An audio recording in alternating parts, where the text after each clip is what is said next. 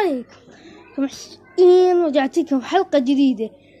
شباب أني نزلت هذا الفيديو هذا حتكون مدته قصيرة، لأن شباب حتكلم على بعض الأشياء وهاي انتي شباب. أول شي بخصوص فيلم مسلسل سونيك، هو أنا سميته باسم، أحكي لكم أول شي اسمه، والله حاعطيكم خبر سيء جيد. فأحكيكم أول شي اعطيته اسم، هو اسمه سونيك وهذا العوالم الموازية. خليني أقول لك شنو العوالم الموازية، أعطيك شرح بسيط. العوالم الموازية هو أنت هذا مثلا أنت سونيك هنا عندك قدراتك سونيك العادي، بس الكون الموازي الثاني أنت ما حتقدر تشوفه ولا هو يقدر يشوفك، بس هذا الكون الموازي الثاني هو حيكون هذا مختلف عنك. هذا هو شرح مال الكون الموازية. خلينا نكمل. هذا سونيك والعوالم الموازية هذا هو.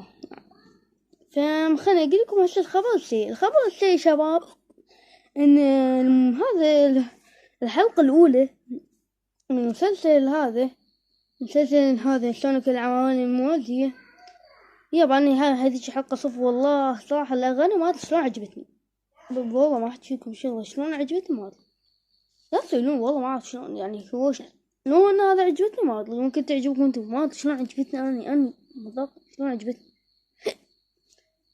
ليش قاعد أطلع إيه هذا شباب، يعني ما أدري شلون صار بيه، بس يلا بعد مش هو اسمعوا إن الحلقة واحد إن هسه حتنزل شوي وتنزل، أو بالليل هم ننزلها.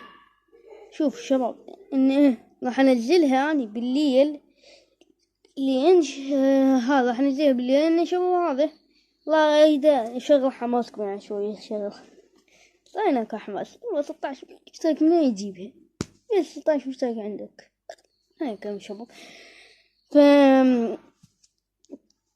الحلقة هاي مال هذا راح تكون قصيرة جدا قصيرة، ما أعتقد 30 ثانية يعني الشباب. هذا هو أول شي لأن ما أدري هذا، خلنا أحكي شلون ليش هذا قصير. شوفوا أول شي راح أحكيكم أنا من جيت أصمم أكمل تصميمات وايش، بس الشباب في مشكلة إن تلفوني ضعيف، مو ضعيف، هو متوسط، بس ما يحتمل إن كمية مال هذا. هو أنا 400 ما تقدر تكملها، أجيب لي عليه. ما أدري شو أقول، يعني هسه من والله هذا يعني صار يعني قصر، بس شباب إن شاء الله الحلقة الثانية حخليها طويلة إن شاء الله.